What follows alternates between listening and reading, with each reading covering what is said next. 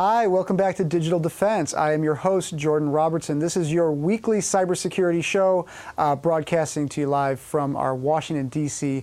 Bloomberg News Bureau. As repeat viewers of this show will know, this is the place where we try to make sense of the week of cybersecurity news and add some sanity and some security to your digital life. The big news this week that I want to talk about, which we're seeing some really big breaches these days, which we'll talk about on the show as well. It seemed like things couldn't get worse for Yahoo, which earlier this year admitted that it had lost 1 billion user accounts in a major hack. And then it did. Then it got worse this week. Yahoo announced that it had lost not just 1 billion user account details, but all 3 billion user account details for that company. Now, you would be forgiven for asking the natural question, are there even 3 billion people that use Yahoo? The answer to that question is no. Of course, there are not 3 billion people who have used Yahoo. People have multiple accounts. There are dead accounts. People have different accounts throughout the system. Nevertheless, Yahoo's data breach this week, again, just got exponentially worse. But the company's already sold to Verizon. So this is what we're going to talk about on the show today is what do you do if you are one of these either 3 billion people or any of these 3 billion accounts are yours. I've got some pretty specific advice for you, regarding what you should do if if you are a Yahoo customer and a Yahoo user. And as always, Digital Defense is an interactive show. We urge you to write in with any of your comments or questions in the comments section below. We're broadcasting live on the terminal, on Bloomberg.com, as well as Facebook and Periscope. So wherever you're viewing this, if you have questions for me, either on the Yahoo breach or any other cybersecurity topic, please feel free to write those in, and I'm going to get those questions right here. We'll answer as many of them as we can. So first off, here's what I want to talk about. So top line number, Yahoo says this week that 3 billion user accounts were exposed in previously disclosed breaches. That is literally all of the accounts that company possesses. But there's a really interesting thing about the way that attack occurred. This was not just a smash and grab attack against Yahoo. This was an attack, and I want to show you a slide here to highlight this. There's a very particular thing about the way this attack worked, and I think viewers of the show come to the show for this kind of information. So I want to walk you through what was special about Yahoo's attack, not just because of the large number of accounts affected. It is because the Yahoo attackers were doing a very particular thing. They were so deep into Yahoo's network and so deep into the control systems for that company's account management system that they were able to forge the cookies that companies like Yahoo leave on your web browser to authenticate you when you return to that website. So what they were able to do, in layman's terms, is they were able to compromise Yahoo systems so deeply that they were able to log directly into people's accounts, even people who have, and I recommend this all the time, get two-factor authentication on your phone, get a text message alert every time you log in. They were able to bypass all of that because they were able to forge cookies and access people's accounts. The reason I'm leading with this is I want to really emphasize this. I mean, some viewers may remember this from from our earlier discussions about the Yahoo breach. But this point right here is really, really critical to remember. In a lot of these breaches, what we will see, take Equifax, for example. The attackers who broke into Equifax, and we wrote a big story about this last week, happy to talk about it if folks have questions. The big thing about Equifax was the attackers stole information. They stole a lot of information about American adult consumers. Now, on its own, that information is valuable, but it doesn't necessarily mean they can directly log into your account. It doesn't necessarily mean immediately they can log into your bank account. It makes it a lot easier, but it doesn't grant them immediate access to your other additional internet accounts.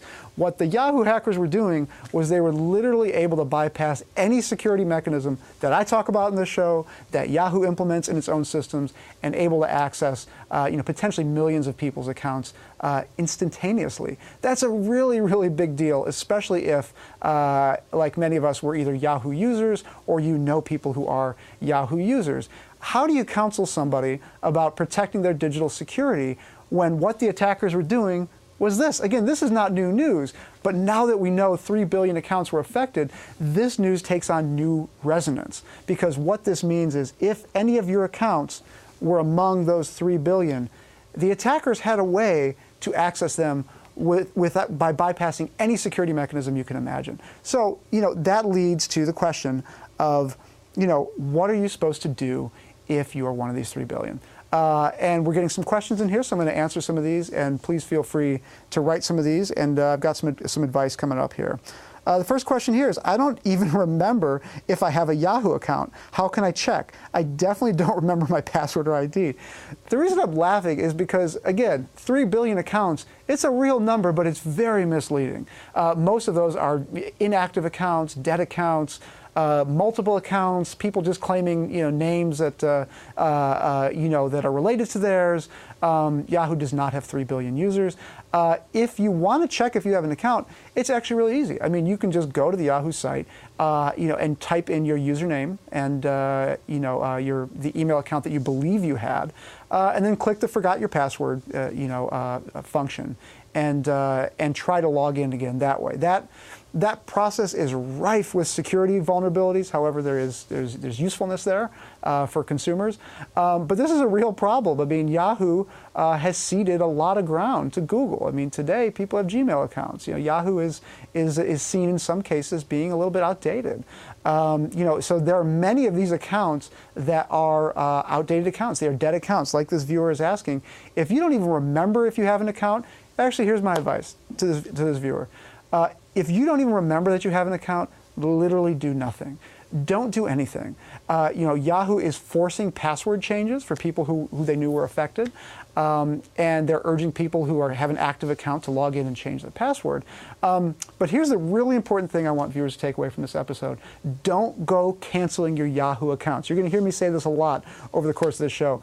Don't go trying to kill out your accounts, and there's a really important reason why. As everybody knows, you have to link these email accounts to all kinds of other internet accounts these days. Bank accounts, other email accounts, Twitter, Facebook, things like that. So the chances that your old, ancient Yahoo account is linked to some other current account that you are using, such as your bank account, such as your Twitter, your Facebook, or some such, it's pretty high. I mean, people link these things. You're required to do it in many cases. So what happens, though, and this is pretty interesting, if you kill out your Yahoo account, Yahoo within 30 days will recycle that name. So if I am, jordan.robertson@yahoo.com, which I'm not, but if I were, and I surrender that identity, and that becomes available again, and hackers have all this information.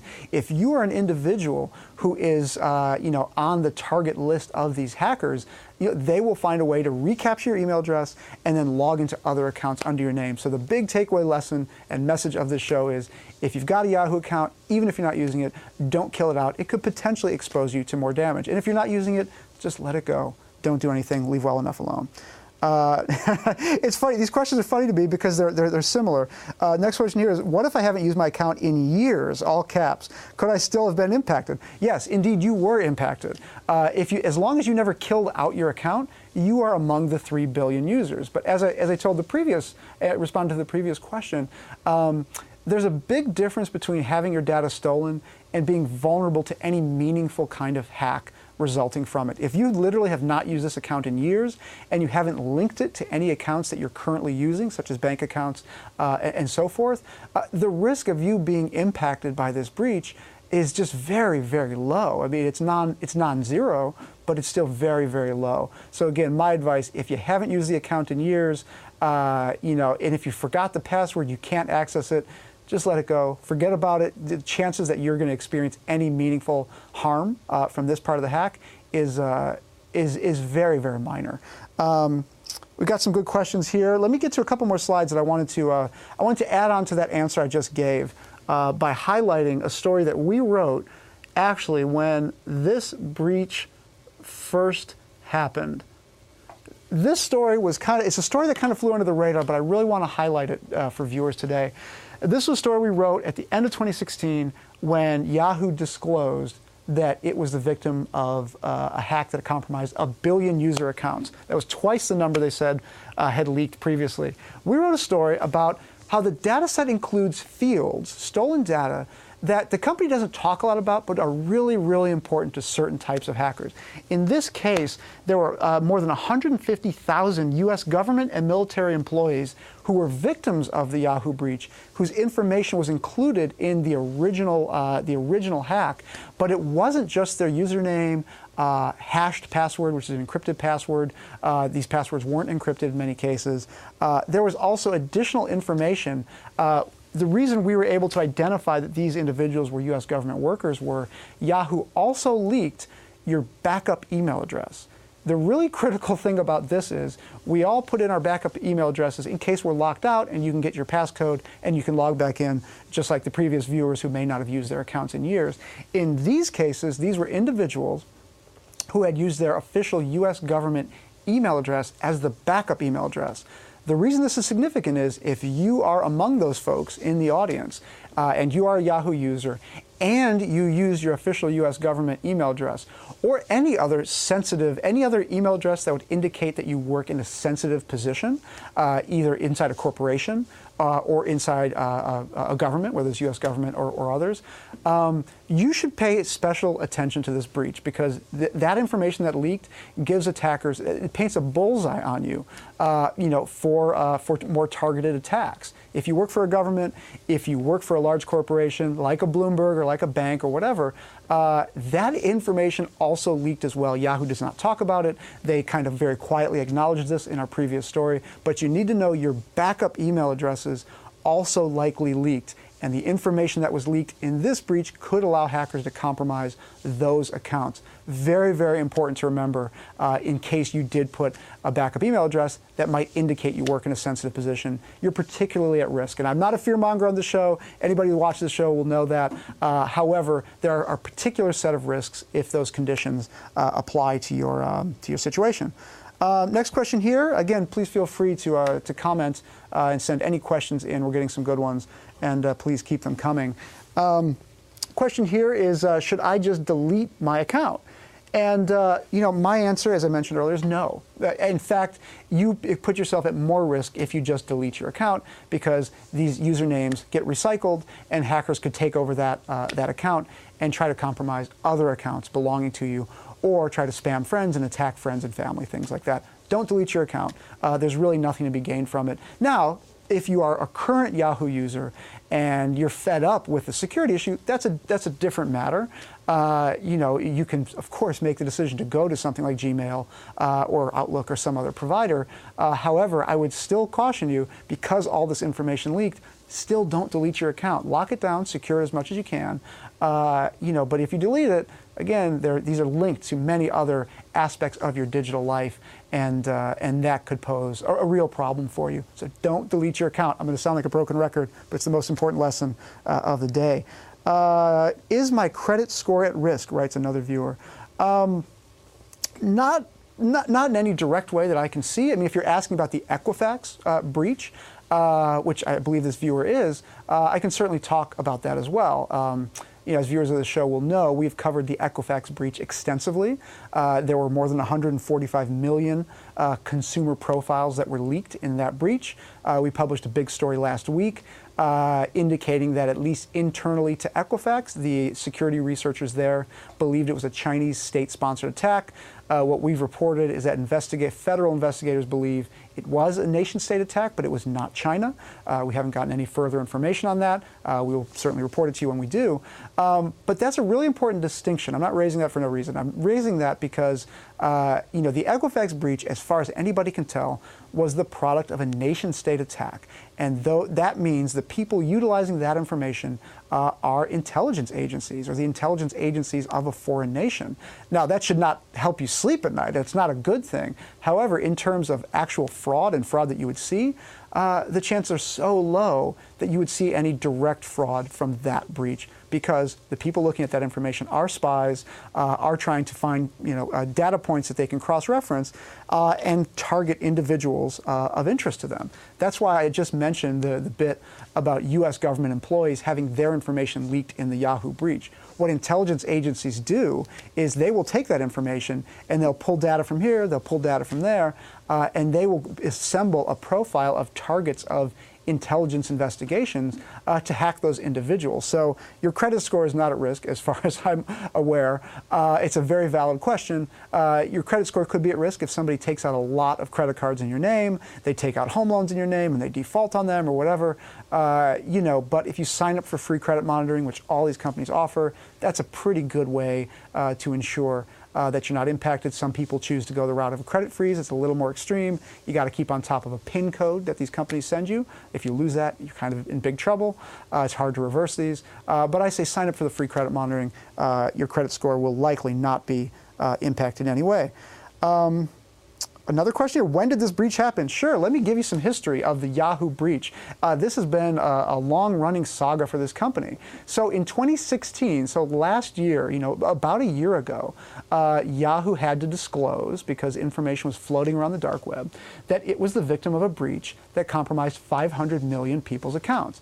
For any company Yahoo size, this is one of the worst things you can encounter. You've lost customers' data.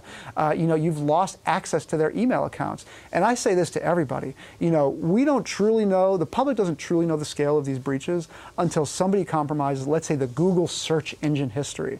You talk about things that people don't want out about them.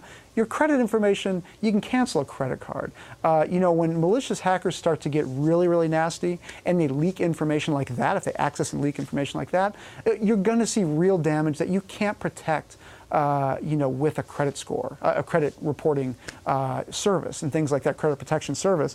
What happened here was Yahoo lost 500 million accounts. A few months go by. Some researchers find that the breach was far worse. And then Yahoo, in December of 2016, as I just showed, they disclosed that the breach was actually twice as many. It was 1 billion user accounts. And now Yahoo is revising that further upward and saying all 3 billion accounts that the company had under its control were compromised. This breach, to answer this question, stretches all the way back to 2013. The hackers were inside Yahoo for at least 3 years, and we have some visibility into what they were doing.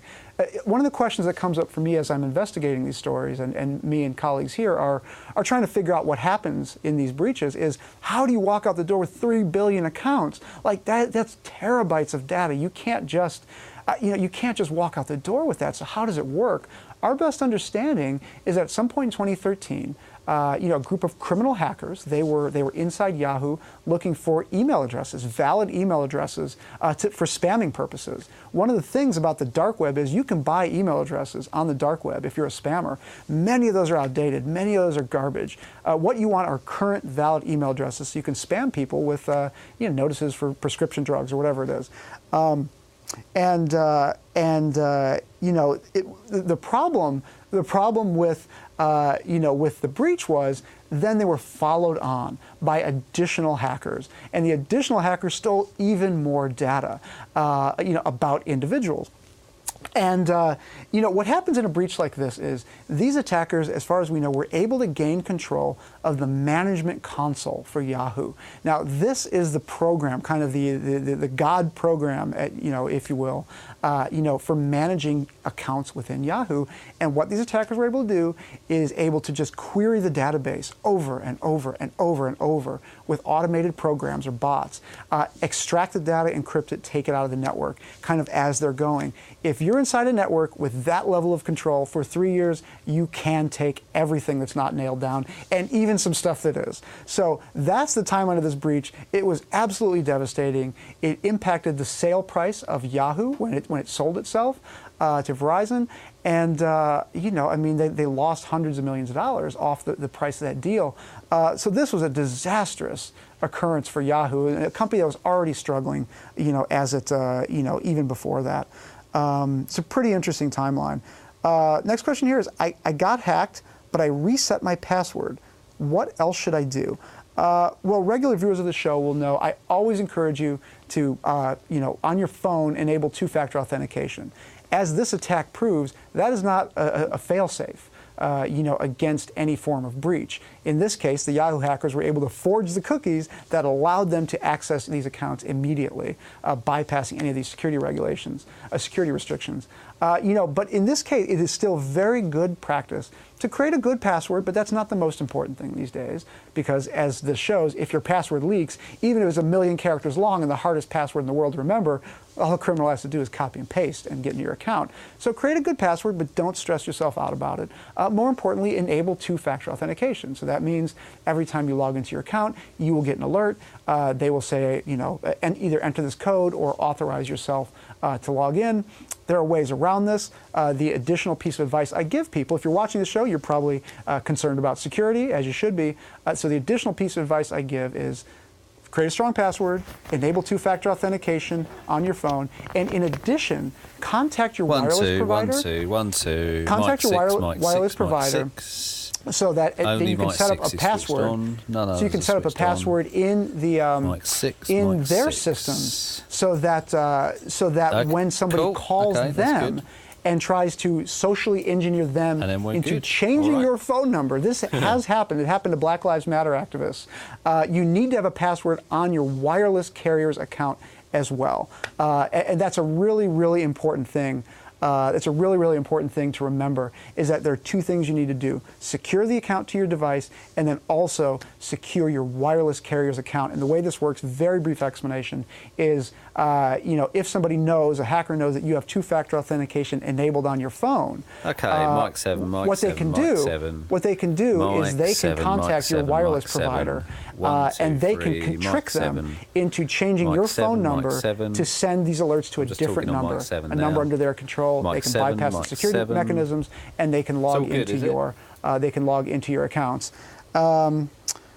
Let's see here. Next question here. Last question here. We appreciate all the questions. So Thank you so much for sending those in.